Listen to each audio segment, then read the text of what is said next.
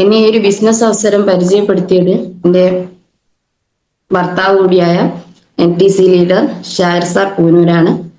അദ്ദേഹത്തോടും അദ്ദേഹത്തിന്റെ upline ലീഡേഴ്സായ Bernie സാറോടും Biju സാറോടും ഈ ഒരു അവസരത്തിൽ നന്ദി അറിയിക്കുക.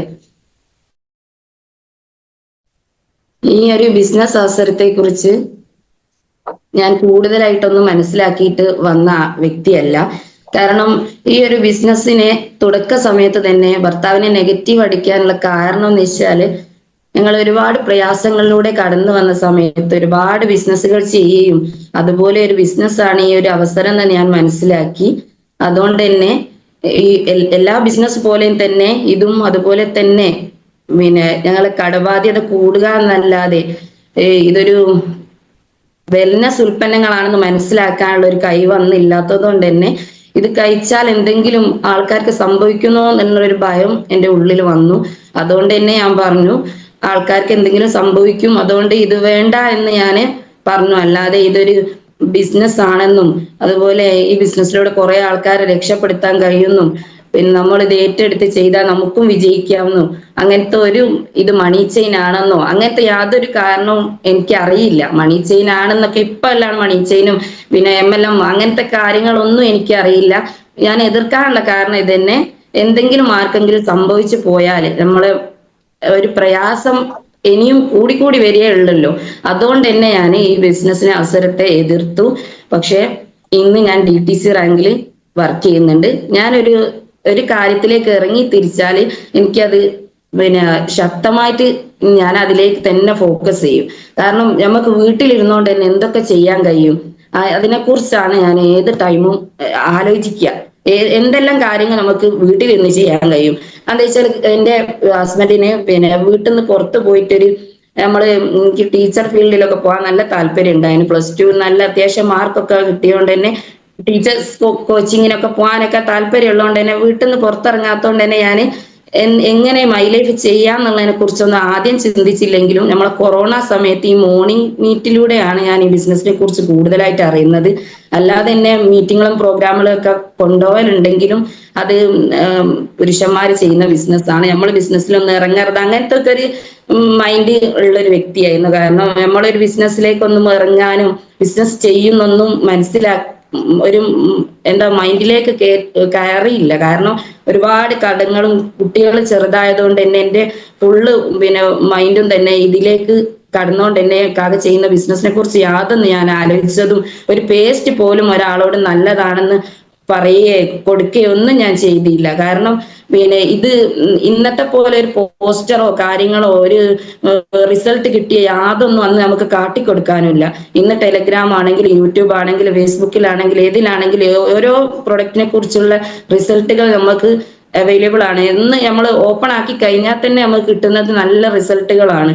പിന്നെ നമ്മൾ തന്നെ വീട്ടിൽ ഉപയോഗിച്ചിട്ട് റിസൾട്ട് ഇതൊന്നും ഇല്ലാത്ത അവസ്ഥയിൽ നമ്മളിങ്ങനെ ആൾക്കാർക്ക് പറയും.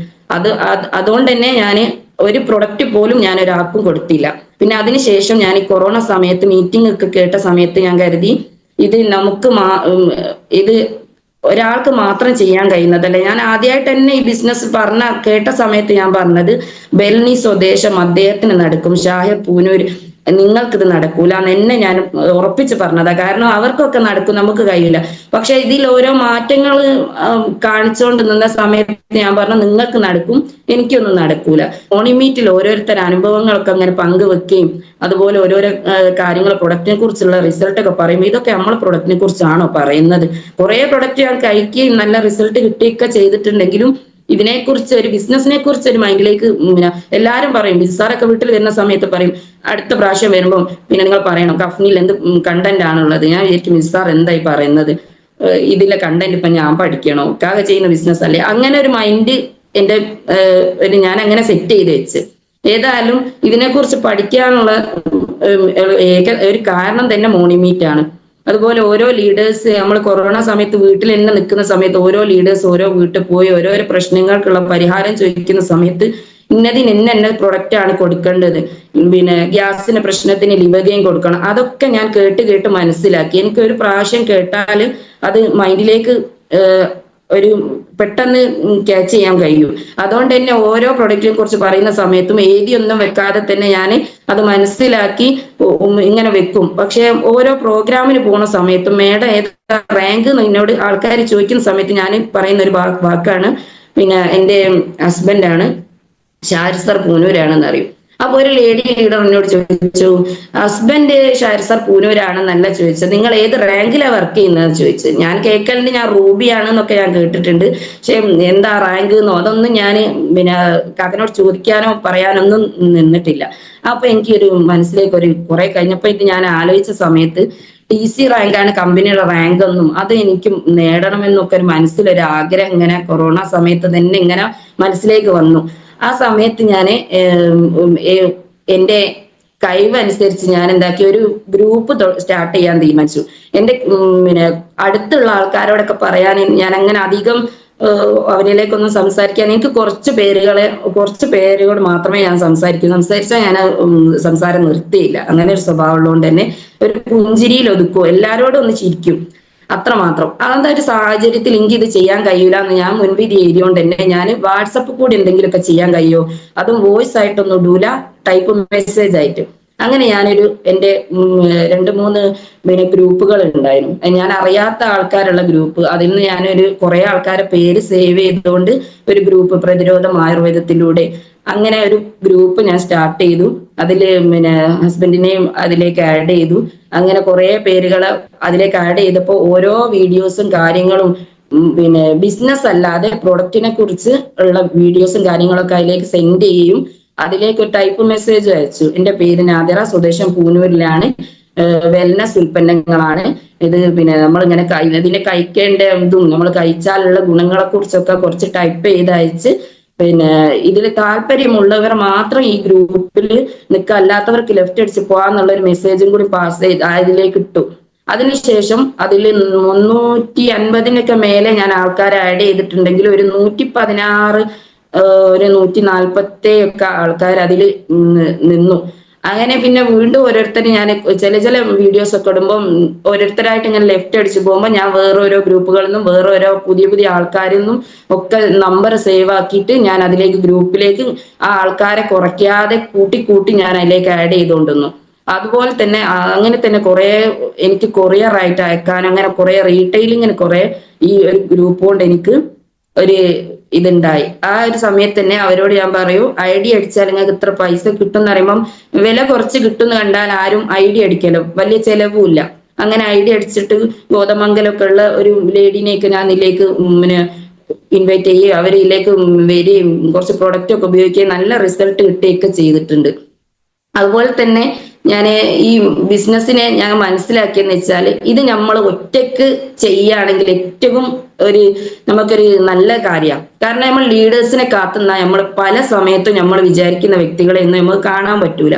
നമ്മൾ ഒറ്റക്ക് ഒരു വ്യക്തിനെ വിളിക്കണം എന്നുണ്ടെങ്കിൽ ഞാനിപ്പോ കുറെ കാലം ഈ ബിസിനസ്സിലേക്ക് വരാൻ വൈകിയതുകൊണ്ട് തന്നെ NTC ലെവലിലാണ് ഷാരിസ് സാർ നിൽക്കുന്നത്, ഞാൻ DTC ലെവലിലും ആയതുകൊണ്ട് തന്നെ എന്റെ കൂടെ വർക്കിന് ഇറങ്ങാൻ അദ്ദേഹത്തിന് പ്രയാസമാണ്. കാരണം ടീം വലുതായി, ടീമിന്റെ കൂടെ പല പ്രോഗ്രാമിന് പോകേണ്ടി വരും. അപ്പം ഞാൻ ഒരാളെ കാണാനെന്ന് പറയുമ്പോൾ അദ്ദേഹത്തിന് വരാൻ കഴിയൂല. അതുകൊണ്ട് തന്നെ ഞാൻ സ്വന്തമായിട്ട് തന്നെ എല്ലാം പഠിക്കാൻ, ഒരു ID അടിക്കാൻ പോലും ഞാൻ സ്വന്തക്ക് ഇരുന്ന് പഠിച്ചെടുത്തു. സ്വന്തക്ക് ഇരുന്ന് വെച്ചാൽ പല ഐഡികളും പല സ്റ്റെപ്പിൽ നമ്മൾ പറയും ഇങ്ങനെ നിരത്തിയിരിക്കുന്ന കോലത്തിലൊക്കെ ഞാൻ അടിച്ചിട്ടുണ്ട് ID. അതൊക്കെ അടുത്ത ഇത് കട്ടാകുന്ന സമയത്ത് പോകുന്നാ പറഞ്ഞത്. അങ്ങനെ ഞാൻ സ്വന്തമായിട്ട് ഏറ്റെടുത്ത് ചെയ്യുക. നമുക്കൊരു വിജയം നമുക്ക് മുന്നിൽ എത്തണമെങ്കിൽ നമ്മൾ സ്വന്തമായിട്ട് ചെയ്യണം. ഒരു വ്യക്തി നമ്മൾ സ്വന്തമായിട്ട് പോയി കാണണം എന്നുള്ളത് നമ്മൾ തന്നെ വിചാരിച്ചിട്ട് നമ്മൾ തന്നെ സ്വന്തം പോയി കാണണം. അങ്ങനെ ഇന്നലെ ഞാനൊരു വ്യക്തിനെ ഞാൻ ഇങ്ങനെ പറയും, നമുക്ക് ഇവിടെ അടുത്തൊരു വീട് വീട്ടിലെല്ലാരെയും അടുത്തൊന്ന് പോയി കാണണം, നമുക്ക് ഇവിടെ ഞങ്ങളിപ്പം പുതിയൊരു വീട്ടിലേക്കും താമസം മാറിയാണ്, അവിടേക്ക് നമുക്കൊരു ഹോം മീറ്റിംഗ് പ്ലാൻ ചെയ്യണം എന്നൊക്കെ പറഞ്ഞ് കുറെ ഞാൻ ഹസ്ബൻഡിനെ കാത്തുന്നു. പക്ഷെ കിട്ടാത്തത് കൊണ്ട് തന്നെ ഇന്നലെ വൈകുന്നേരം ഞാനൊരു വീട്ടിൽ പോയി. ആ സമയത്ത് അവരോട് ബിസിനസ് ഒന്നും ഞാൻ പറഞ്ഞില്ല. നമ്മളെ എലമെന്റ്സിന്റെ ഗ്യാസിന്റെ പ്രശ്നത്തിന് ലിവഗയും കുടിക്കണം, അതൊന്നും ഞാൻ ആദ്യമായിട്ട് ഒരാളോട് കാണുന്ന വ്യക്തികളോട് ഞാൻ പറയില്ല. ആദ്യം തന്നെ അവരെ കുട്ടികളും മുന്നിലുണ്ടെങ്കിൽ കുട്ടികളെ കാര്യങ്ങളൊക്കെ ചോദിക്കും, എത്ര പേരുണ്ട്, പിന്നെ നിങ്ങൾ ഇവിടെ നാട്ടുകാരെന്നാണ്, നമ്മൾ അറിയാത്തവരാണെങ്കിൽ അങ്ങനത്തെ കാര്യങ്ങളൊക്കെ ചോദിച്ചിട്ട് അവരെ മൈൻഡ് എങ്ങനെയാന്നുള്ളത് മനസ്സിലാക്കിയതിന് ശേഷം മാത്രം അവരോട് ഞാൻ പറഞ്ഞു നിങ്ങൾക്ക് എന്താ തൊഴിൽ, കാക്കക്ക് എന്താ തൊഴിൽ എന്ന് ചോദിച്ചു. അപ്പൊ ഞാൻ പറഞ്ഞു ഇങ്ങനെ വെൽനസ് ഉൽപ്പന്നങ്ങൾ ഇങ്ങനെ മാർക്കറ്റ് ചെയ്ത് ഞങ്ങളിങ്ങനെ ഇങ്ങനത്തെ പ്രൊഡക്റ്റുകളൊക്കെ ഉണ്ട്. ആദ്യം തന്നെ നമ്മളെ ഉള്ളിലേക്ക് അയക്കുന്ന പ്രൊഡക്റ്റിനെ കുറിച്ചൊന്നും യാതൊന്നും പറയാതെ നമ്മളെ പേസ്റ്റിനെ കുറിച്ച് പറഞ്ഞു. നല്ല പേസ്റ്റ് ഒക്കെ ഉണ്ട് ഞങ്ങളെ കയ്യിൽ, നല്ല റിസൾട്ട് ആണ്. പിന്നെ പല്ലുവേദനക്കൊക്കെ ചെറിയ കുട്ടികൾക്കൊക്കെ കൊടുത്താൽ, ചെറിയ കുട്ടികളുണ്ട് അവിടെ, കൊടുത്താൽ നല്ലതാണ്. അപ്പൊ മേഡം എന്നോട് പറഞ്ഞത് ഞാൻ മോഡി കെയറിന്റെ ഒരു പേസ്റ്റ് അന്വേഷിച്ച് നടക്കുകയും ഏതായാലും എലമെന്റ്സിന്റെ ആണ് ഞാനിതൊന്ന് യൂസ് ചെയ്ത് നോക്കട്ടെ എന്നാണ്.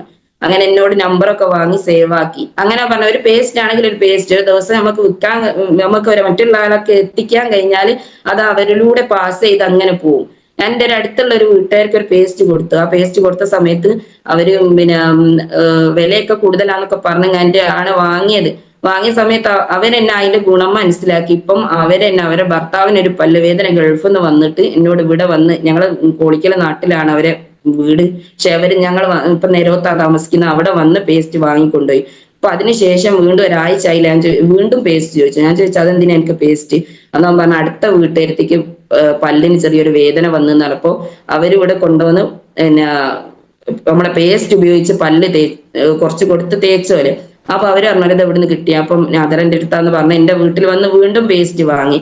അങ്ങനെ നമ്മൾ ഇത് ഉപയോഗിക്കുന്ന ആൾക്കാരുടെ എണ്ണം കൂട്ടാന്നല്ലാതെ നമ്മൾ ബിസിനസ്സിൽ രണ്ടാളെ കൊണ്ടുവന്ന് അവര് കുറച്ച് പ്രൊഡക്റ്റ് ഒക്കെ എടുത്ത്, പിന്നെ കുറച്ച് ആൾക്കാർ നെഗറ്റീവ് ആവുന്നവരുണ്ടാവും, കുറച്ച് ആൾക്കാർ പിന്നെ ഇത് കൊടുത്താൽ ഇപ്പം ഇതിൽ കൂടി വിജയിക്കാൻ കഴിയോ, അങ്ങനെ ഒരു നെഗറ്റീവ് ഒക്കെ വരാനുള്ള ചാൻസ് കൂടുതലാണ്. കാരണം ഇനി ഡോക്ടറായോ പിന്നെ വൈദ്യരായോ അങ്ങനത്തെ ചോദ്യങ്ങളൊക്കെ വരുമ്പോൾ തന്നെ ഫസ്റ്റ് തന്നെ നമുക്കൊരു മൈൻഡ് റെഡി ആവില്ല. എനിക്കൊക്കെ അങ്ങനെ ഉണ്ടായിട്ടുണ്ട്. നമ്മൾ ഏത് സ്ഥലത്ത് പോയാലും അവര് ആദ്യം തന്നെ ഒരു കളിയാക്കൽ രൂപത്തിൽ വരുന്നുണ്ട്, ആരും ഒന്നും മിണ്ടണ്ട അറിയും. ഞാനിപ്പം ഇന്ന് കഴിഞ്ഞ പ്രാവശ്യം പിന്നെ എന്റെ വീട്ടിൽ പോയ സമയത്ത് അവിടെ പിന്നെ ഞങ്ങൾ 4 പിന്നെ പെൺകുട്ടികളാണ്, ഒരു മോനാണുള്ളത്. അപ്പൊ ഞങ്ങൾ 4 ആളെയും വിവാഹം കഴിച്ച് ഗൾഫിൽ നിന്നുകൊണ്ടാണ്. അപ്പൊ അതിന് ശേഷം ഇപ്പൊ 4 വർഷമായിട്ട് ഉപ്പ സുഖമില്ലാതെ വീട്ടിൽ നിൽക്കുകയായിരുന്നു. അപ്പം പിന്നെ ഷുഗർ വന്നിട്ട് ഫുള്ള് ഒരു തളർന്ന പോലെ ആയതാണ്. നമ്മള് സ്പൈറലിന ഗോൾഡ്, നോവേദന ക്യാപ്സൂള് 95, പിന്നെ അതുപോലെ ഡാബ ലൈഫ്, ഉപ്പ കുടിക്കാത്തൊരു സാധനം, നമ്മള് പ്രൊഡക്റ്റ് എല്ലാം കഴിക്കലുണ്ട്. യൂറി ഫ്ലഷ് എല്ലാ പ്രൊഡക്റ്റും കഴിച്ച് ഇപ്പൊ നല്ല ഒരു റിസൾട്ട് കിട്ടിയോണ്ട് തന്നെ ഉപ്പനോട് ചോദിക്കും എനിക്ക് എന്താ ഇപ്പം മാറ്റം, എന്താ കഴിക്കുന്നത്? അപ്പൊ മോളെ പ്രൊഡക്റ്റാ കഴിക്കുന്നതെന്ന് അറിയും ഉപ്പ.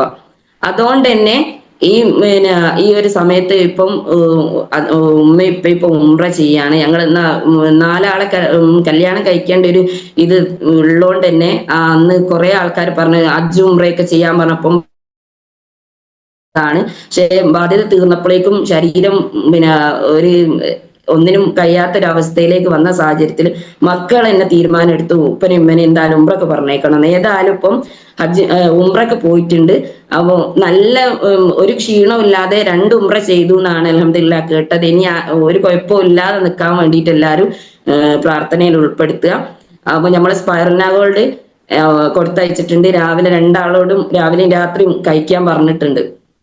അപ്പൊ ഏതായാലും പിന്നെ അങ്ങനെയൊക്കെ ചെയ്യാൻ കഴിയുന്നത്, ഞാൻ പറഞ്ഞ എന്റെ സ്വന്തം ക്യാഷ് ആയിട്ട് എനിക്ക് എന്തെങ്കിലും ഒന്ന് കൊടുക്കാൻ കഴിയണം എന്ന് ഞാൻ ആഗ്രഹിച്ചു.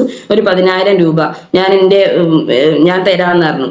അപ്പം ക്യാഷ് ഒക്കെ ഓൾറെഡി റെഡി ആയതുകൊണ്ട് തന്നെ പിന്നെ ഞാൻ ഇപ്പം എന്നോട് പറഞ്ഞ വേറൊരു ആവശ്യത്തിന് വേണ്ടിയിട്ട് ഇനി അത് കൊടുത്താൽ മതി എന്നാണ്. അപ്പൊ നമ്മൾക്ക് തന്നെ ഒരു 10 രൂപ നമുക്ക് കൊടുക്കാൻ കഴിയുമെന്ന് പറഞ്ഞാൽ ഭയങ്കര ഒരു സന്തോഷം തന്നെ. വീട്ടിലിരുന്നുകൊണ്ട് നമ്മൾ ഇങ്ങനെ ഒരു അവസരത്തിൽ വന്നിട്ട് ഒരു നേട്ടങ്ങൾ ഉണ്ടാക്കുമ്പോൾ അവർക്ക് തന്നെ കാര്യങ്ങൾ. ഇപ്പം എന്തെങ്കിലും ഒരു കാര്യം പറഞ്ഞാൽ അമ്മ പറയും അവള് മീറ്റിങ്ങിലാണ്, പിന്നെ ഇന്ന കാര്യങ്ങളൊക്കെ ആൾക്കാരോട് പറയും. എന്റെ ഈ ഒരുപാട് പ്രയാസങ്ങളിലൂടെ ഞങ്ങൾ കടന്നു വന്നോണ്ട് തന്നെ ഞങ്ങള് ഒരുപാട് ഈ കടം വന്ന ഇതിന്റെ മുമ്പേ ഒരു പ്രയാസം അറിയാതെ വളർത്തിയത് ഞങ്ങളെ. ഒരു പ്രയാസം പോലും ഒരു എല്ലാവർക്കും ബേഗില്ലാത്തയും ബുക്കില്ലാത്തയും പെന്നില്ലാത്തയും സ്വർണ്ണ ഇടാനില്ലാത്ത അങ്ങനത്തെ ഒക്കെ കഥകൾ കേൾക്കണം. ഒരു പ്രയാസം ഇല്ലാതെ നല്ലൊരു ഇതിൽ വളർത്തി വലുതാക്കിയ ഒരാള് കല്യാണം കഴിച്ച് അവിടെയും നല്ല സന്തോഷത്തിൽ നിൽക്കുന്ന സമയത്താണ് ഒരു 1.5 വർഷം കൊണ്ട് ഞങ്ങൾക്ക് ഒരു കടബാധ്യതയുടെ രൂപത്തിൽ ഞങ്ങളെ ജീവിതത്തിലേക്ക് ഒരു പ്രതീക്ഷിക്കാത്ത ഒരു ബുദ്ധിമുട്ട് വരുന്നത്. ആ സമയത്ത് പിടിച്ചു നിൽക്കാൻ എൻ്റെ ഉപ്പന്റെ ഒരു ഇതുകൊണ്ട് തന്നെ ഞങ്ങൾ ഒരു പ്രയാസവും അറിഞ്ഞില്ലായിരുന്നു. അപ്പൊ കുറച്ച് ഈ ബുദ്ധിമുട്ട് രോഗം കൊണ്ട് വന്നുകൊണ്ട് തന്നെ ചെറിയൊരു പ്രയാസം ഇപ്പോഴാണ് ചെറിയ എന്തെങ്കിലും ഒരു കാര്യം പറയുമ്പോൾക്ക് മനസ്സ് തകരുന്നത് അതുകൊണ്ടായിരുന്നു. പക്ഷെ നമ്മളെ പ്രൊഡക്റ്റ് കൊണ്ട് അതും നേടിയെടുക്കാൻ കഴിഞ്ഞു. പിന്നെ ഈ ഒരു ബിസിനസ്സിലേക്ക് വന്നില്ലായിരുന്നെങ്കിൽ ഇപ്പം ഈ തളർന്ന് ഇവിടെ വന്ന സമയത്ത് ഞങ്ങൾക്ക് ഒരു രൂപ പോലും ഇന്ന് ഈ മൈ ലൈഫ് ഉള്ളത് കൊണ്ട് മാത്രമാണ് ഞങ്ങൾ പിന്നെ പിടിച്ചു നിൽക്കുന്നത്. കാരണം അവർക്കൊന്നും ഒരു രൂപ പോലും ഞങ്ങളെ കൈകൊണ്ട് കൊടുക്കാനുള്ള കഴിവ് ഞങ്ങൾക്ക് ഉണ്ടാവില്ലായിരുന്നു. കാരണം 42 ലക്ഷം എന്റെ സ്വർണ്ണം ഒഴിച്ചിട്ടുള്ള കടാണ് പറഞ്ഞത്. ഇതൊക്കെ എങ്ങനെ നമ്മളൊരു സാധാ ഒരു പണിക്കാരൻ എങ്ങനെ വീടിയെടുക്കും? അതുപോലെ തന്നെ ഈ ഒരു ബിസിനസ്സിനെ നമ്മൾ നെഞ്ചോട് ചേർത്ത് ചെയ്യുകയാണെങ്കിൽ നമുക്ക് നല്ലൊരു പിന്നെ എന്താ പറയാ നല്ലൊരു പിന്നെ ജീവിതത്തിൽ വിജയിക്കാനുള്ള നല്ലൊരു മാർഗമാണെന്നാണ് ഞാൻ മനസ്സിലാക്കിയത്. കാരണം ഇതിനെ ബഹുമാനിക്കുകയും ആദരിക്കുകയും ചെയ്യണം. നമ്മൾ ഇതിൽ നിന്ന് വിട്ടു നിന്നാൽ ഒരു സെക്കൻഡ് പോലും നമ്മൾ ഇതിൽ നിന്ന് വിട്ടു നിന്നാലും നമ്മളെ വരുമാനത്തിൽ നല്ല മാറ്റം വരാറുണ്ട്. കാര്യം എന്താന്ന് വെച്ചാൽ ഞാൻ ഈ വീട് മാറ്റുമായിട്ട് 3 മാസത്തോളം ഇതിലേക്ക് ഒരു മൈൻഡും കൊടുക്കാതെ എനിക്ക് ബിസിനസ് തന്നെ വേണ്ട, പിന്നെ ഞാനിതൊക്കെ ബിസിനസിന്റെ കുഴപ്പം കൊണ്ടല്ല, എനിക്കെന്തോ ഇത് പറ്റുന്നില്ല, എനിക്കെന്തോ ചെറിയ എന്തെങ്കിലും ഒരു കാര്യം എവിടുന്നെങ്കിലും പാസ് ചെയ്താൽ പിന്നെ അതിലേക്ക് ഒരു മൈൻഡ് വെക്കാതെ നിൽക്കുന്ന ഒരു വ്യക്തിയാണ്. അപ്പം ഏറ്റെടുത്താൽ നല്ലോണം ചെയ്യും, അല്ലെങ്കിൽ അവിടെ മൈൻഡ് ഉണ്ടാവില്ല, മീറ്റിങ്ങിലൊന്നും കയറി ഒന്നും ചെയ്യില്ല. ആ ഒരു സമയത്ത് എന്റെ ടീം ഒരുപാട് ഓട്ടങ്ങൾ നടത്തിയിട്ടുണ്ട്. പക്ഷെ ഒരു രൂപ പോലും എന്റെ അക്കൗണ്ടിലേക്ക് വന്നിട്ടുമില്ല. പിന്നെ അവര് വർക്ക് ചെയ്യാഞ്ഞിട്ടോ ഒന്നുമല്ല. നമ്മൾ ഇതിലേക്ക് എങ്ങനെ നമ്മൾ ഇതിലേക്ക് ഇറങ്ങുന്നുണ്ടോ അതുപോലെ നമ്മളെ വിജയവും ഇതിൽ ഉറപ്പാ. അത് 100%. അതൊരു പ്രൊഡക്റ്റിനായാലും തന്നെ. പ്രൊഡക്റ്റിന് നമ്മൾ ഇപ്പൊ എനിക്ക് ഭയങ്കര പ്രയാസ. കാരണം പിന്നെ വീട് മാറിയോണ്ട് എന്നെ ഒരു തട്ടൊന്നും അടിക്കാൻ ഇതുവരെക്കും സാർ തിരക്കൊണ്ട് നടന്നില്ല. അതുകൊണ്ട് തന്നെ പ്രൊഡക്റ്റ് എല്ലാം ഈ ബോക്സിലാണുള്ളത്. എനിക്ക് തീരെ താല്പര്യമില്ല. എനിക്ക് അത് നല്ലോണം അടക്കി ഒതുക്കി ബോക്സിനൊന്നും ഒരു ചതവും വരുത്താതെ നല്ലോണം വെക്കണം.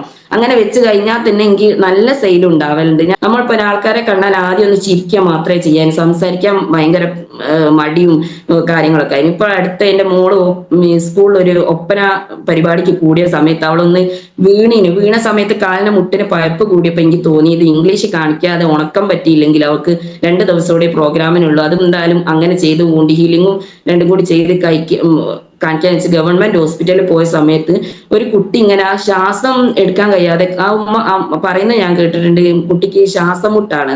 ഞാൻ ഓടിപ്പോയി, ആൾക്കാരതൊന്നും ഞാൻ നോക്കില്ല. ഞാൻ ചോദിച്ചു കുട്ടിക്ക് എന്താണെന്ന് ചോദിച്ചു. ഞാൻ പറഞ്ഞ ശ്വാസം മുട്ടുണ്ട്.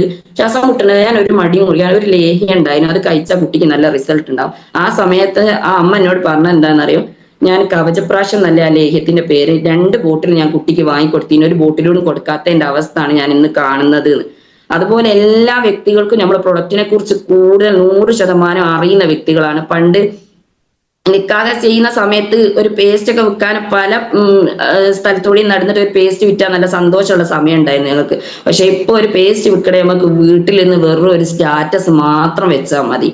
നമ്മൾ അറിയാത്ത വ്യക്തികളോട് ഇത് പറയുന്ന സമയത്ത് അങ്ങനെ ഉണ്ടോ, എന്താണ് ഈ സാധനം, ഉപയോഗിച്ചാൽ എന്തെങ്കിലും റിസൾട്ട് ഉണ്ടോ, ആർക്കെങ്കിലും മാറ്റം ഉണ്ടായിട്ടുണ്ടോ, നമുക്ക് 100 പേരെ കാണിച്ചു കൊടുക്കാനുണ്ട്. 100 പേരെ വെച്ചാൽ സ്വന്തം വീട്ടിലുള്ള ആൾക്കാരെ തന്നെ കാണിച്ചു കൊടുക്കാണ്ട്. പിന്നെ നമ്മൾ എന്തിനാ പേടിക്കുന്നത്?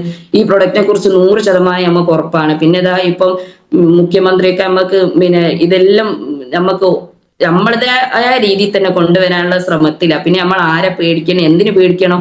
നമ്മൾ ഈ ഒരു ബിസിനസ് അവസരം മറ്റുള്ളവരേക്ക് എത്തിക്കാൻ ഞാൻ ഇപ്പം മൈൻഡിൽ വിചാരിച്ചു, ഞാൻ ഒരാളെ ഇനി കാത്തിക്കൂല, ഒരാളെയും. ഞാൻ വിചാരിക്കുന്നത് സ്വന്തം ടീം ഉണ്ടാക്കട്ടെ, സ്വന്തം ചെയ്യട്ടെ, സ്വന്തം കാര്യങ്ങൾ. ഞാൻ വിചാരിക്കുന്നത് GTS എടുക്കുന്ന ലെവലിലേക്ക് എനിക്ക് മാറണം എന്നാണ്. കാരണം എന്ന് വെച്ചാല് പിന്നെ നമ്മള് കുറെ ടീച്ചർ ആവണം അങ്ങനെയൊക്കെ ആഗ്രഹിച്ച വ്യക്തികള് നമ്മളെ കുറെ ആൾക്കാർ ഇങ്ങനെ ചവിട്ടി തേക്കുന്ന സമയത്ത് നമ്മൾക്ക് അവരിലേക്ക് ഉയർച്ച കാട്ടിക്കൊടുക്കണം. നമ്മളെ വിജയം മാത്രം കാട്ടിക്കൊണ്ട് അവരെ തോൽപ്പിക്കണം. അല്ലാതെ അവരോട് പിന്നെ ഒരു വാശി പോലെയല്ല ചെയ്യേണ്ടത്, നമ്മൾ വിജയിച്ച് കാണിച്ചു കൊടുക്കണം. കാരണം പിന്നെ എന്നോട് പറഞ്ഞ കുറെ ആൾക്കാർ പറഞ്ഞിട്ടുണ്ട്, ഒരുപാട് സ്വർണ്ണിട്ട് വന്ന സമയത്ത് മരം വെട്ടി കഴിച്ചോണാക്കിക്കുമെന്ന്. അപ്പൊ ഞാൻ വിചാരിച്ചത് എന്താ വെച്ചാൽ മരം വെട്ടി എങ്ങനെയാണ് പിന്നെ പോക്കിയത് വെച്ചാൽ ആ മരം എങ്ങനെ കായ്പിക്കാൻ പറ്റുന്നുള്ള ഒരു ശ്രമം നടത്തണം എന്നാണ് ഞാൻ വിചാരിക്കുന്നത്. അതുപോലെ ഇപ്പം വീടില്ലാത്തതുകൊണ്ട് പറയുന്നുണ്ട്, ഒരു 5 വീടുണ്ടെങ്കിലും മരിക്കുന്നതിന് മുമ്പ് ഉണ്ടാക്കണം എന്നുള്ളൊരു, ഞാൻ ഒറ്റക്കല്ല, ഞങ്ങൾ 2 പേരും കൂടിയിട്ട് നടത്തണം എന്നുള്ള ഒരു വാശിയുണ്ട്. ഇപ്പൊ ഇതാ ഫസ്റ്റിൽ ഞാനിതാ ഒരു വള എന്റെ പിന്നെ ഒരു ഡ്രീമായിരുന്നു. ഞാൻ അത് ആദ്യമായിട്ട് ഞാൻ വാങ്ങിയതാണ്.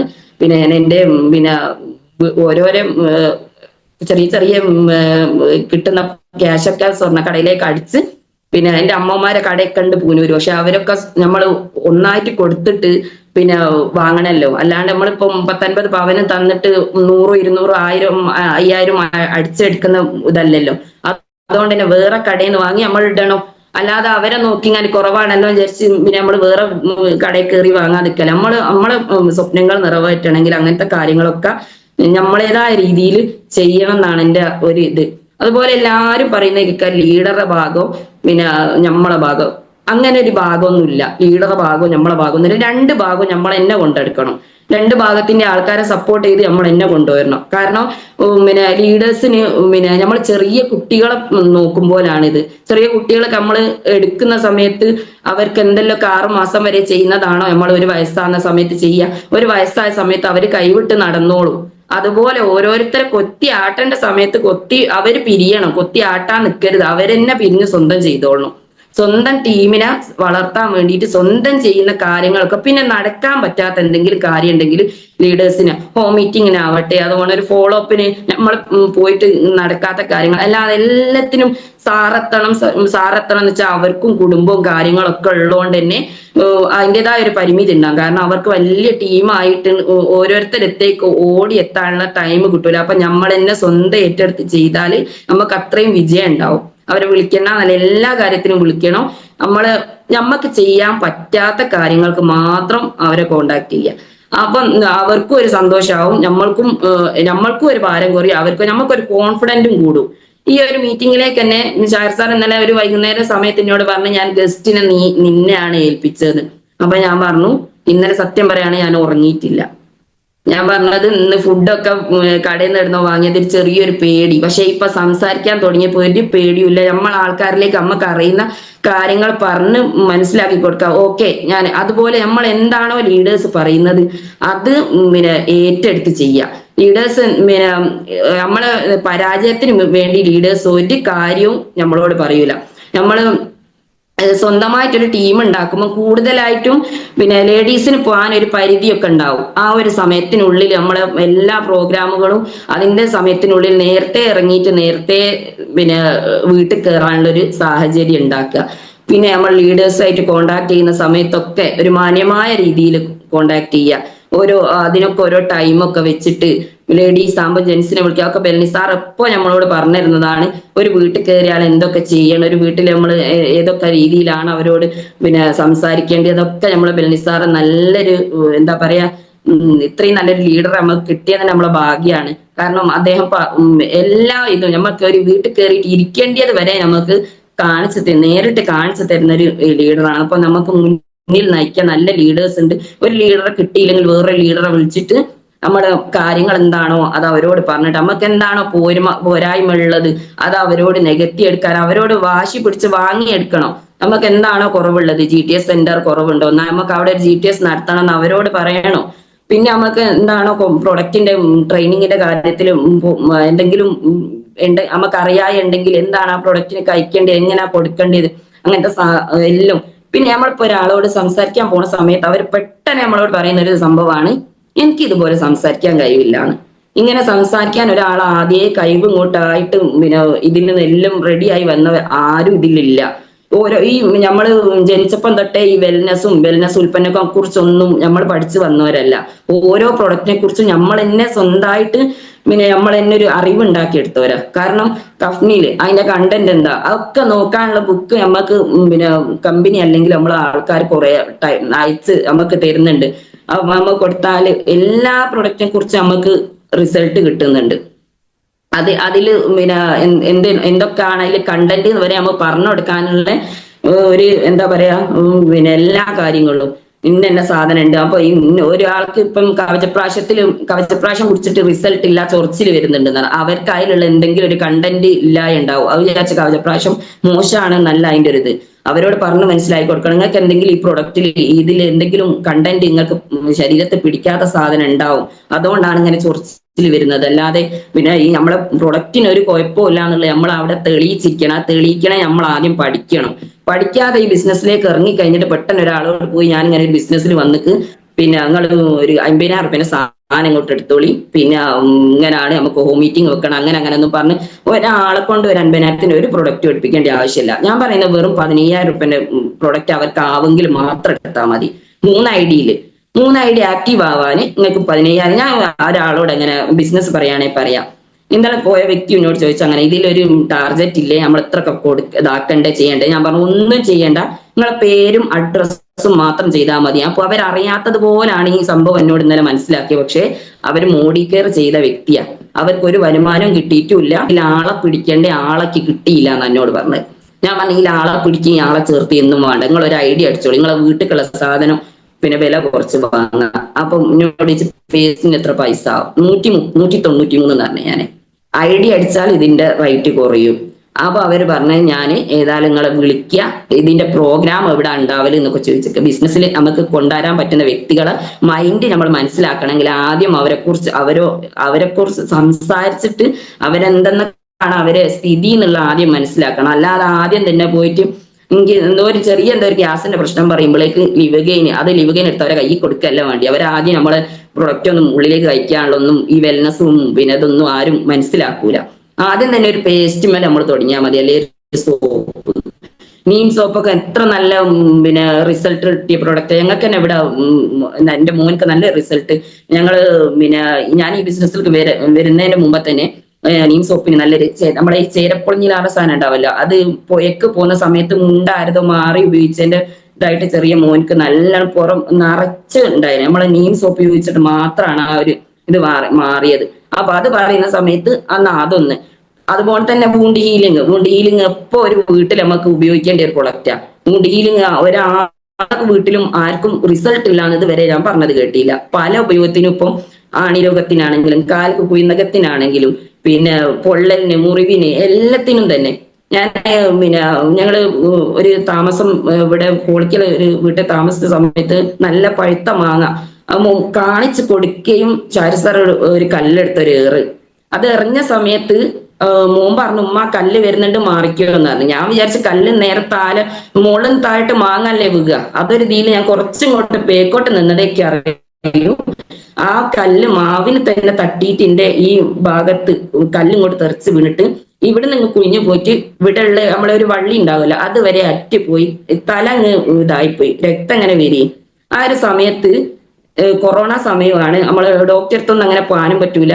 പിന്നെ ഷാർസാർക്ക് ആദ്യമായി ഉള്ളതാണ് നമ്മള് ഇംഗ്ലീഷ് ഗുളിക അലോപ്പതി, അതിനോട് ഒരു എതിർപ്പുള്ള ഒരു വ്യക്തി. ആദ്യത്തിലെ മക്കൾക്ക് ഒരു പോളിയോ കൊടുക്കുക അങ്ങനൊന്നും ചെയ്യില്ല. ആ ടൈമിൽ തന്നെ നമ്മളെ വൂണ്ട് ഹീലിംഗ് 2 സ്ഥലത്തും നെരുമഞ്ഞോട് അന്ന് മുറിയൊന്നും അതിനകത്തൊന്നുമില്ല, ഉള്ളിലേക്കൊന്നും ആയിട്ടൊന്നുമില്ല. അത് ഇവിടെ മുകളിലുള്ള പിന്നെ ഇത് ഇങ്ങോട്ട് ഇതായതാണെന്ന് പറഞ്ഞു. മുഖെല്ലാം കൂടി 2 ദിവസം ആയപ്പോഴേക്ക് ഇങ്ങനെ ഒരു വികൃത രൂപം പോലെ ആയിട്ട് തടിച്ച് വന്നിങ്ങാറ്റ്. പക്ഷെ ആ ഒരു വൂണ്ട് ഹീലിംഗ് കൊണ്ട് മാത്രമാണ് ആ ഒരു പിന്നെ റിസൾട്ട് അന്ന് കിട്ടിയത്. അതുപോലെ തന്നെ ഒരു മൈഗ്രെയിന്റെ പ്രശ്നം ഉണ്ടായിരുന്നു. മൈഗ്രെയിന്റെ പ്രശ്നത്തിന് പിന്നെ ഒരു 5 പ്രാവശ്യം തോന്നുന്നുണ്ട് എനിക്ക് മൈഗ്രെയിന്റെ ഇത് വന്നത്. അതും ആ വീട്ടിൽ നിന്ന് വന്നത്. ഈ ബേക്ക് ഭാഗത്തു നിന്ന് തുടങ്ങിയിട്ട് ഇവിടെ എത്തിയിട്ട് ഇവിടെയൊക്കെ നമ്മൾ വിചാരിക്കും പൊട്ടി പൊളരിയാണ് നമ്മളെ തല. അപ്പൊ ഇതെല്ലാം കഴിഞ്ഞിട്ട് കുറച്ച് ഒന്ന് ഛർദിച്ചതിന് ശേഷം നമുക്ക് ഒരു ആശ്വാസം കിട്ടും. അത്രയും നേരം തല പൊട്ടി കീറുന്ന വേദനയ്ക്കും.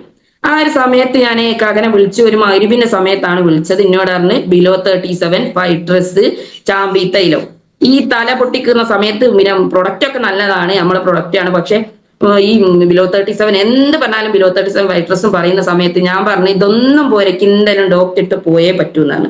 അങ്ങനെ എന്നോട് പോണ സമയത്തേ പറയുന്നുണ്ട്, ചെറുങ്ങനെ പറയുന്നുണ്ട്, മോളെ ഇത് മോല് പറയുന്ന കാര്യങ്ങൾ ഇതൊക്കെയാണ്, ലൈറ്റിലേക്ക് നോക്കരുത്, സൗണ്ട് ഉള്ളിടത്ത് ഇരിക്കരുത്, ബിലോ 30 നമുക്ക് ബിലോ 37 കിട്ടും. പാരസെറ്റാമോള് കൈ കരുതുക. ഈ കാര്യങ്ങളല്ലാതെ ഡോക്ടർ വേറെ എന്തെങ്കിലും ഒരു കാര്യം എന്നോട് പറഞ്ഞു തന്നാല് എനിക്ക് അവിടുന്ന് ഗുളിക വാങ്ങിത്തരും. അങ്ങനെ പറഞ്ഞാൽ എന്നെ കൊണ്ടുപോന്ന്. ഞാൻ പറഞ്ഞു എന്തായാലും വണ്ടിയില് വേഗം പോവാന്നാണ്. അത്രയും തല പിടിച്ചു വെച്ചാ പോണ്.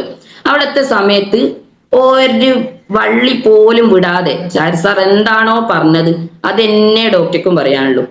ബിലോ 37 പാരസെറ്റാമോൾ കരുതുക, സൗണ്ട് ഉള്ളിടത്ത് നിൽക്കരുത്, ഇതൊരവ. പിന്നെ വണ്ടിമേൽ ഇങ്ങോട്ട് വരുന്നവരെ ചെവിക്കൊരു സൊയില. ഇപ്പൊ എന്താ പറഞ്ഞതെന്ന് ചോദിച്ചു. ഞാൻ പറഞ്ഞാൽ നമ്മളെ സ്വന്തം ആൾക്കാർ പറയുമ്പോൾ നമുക്കൊരു വിശ്വാസം വരൂല. നമ്മൾ വിചാരിക്കും ഇത് ഡോക്ടറെ തന്നെ പോയേ പറ്റും.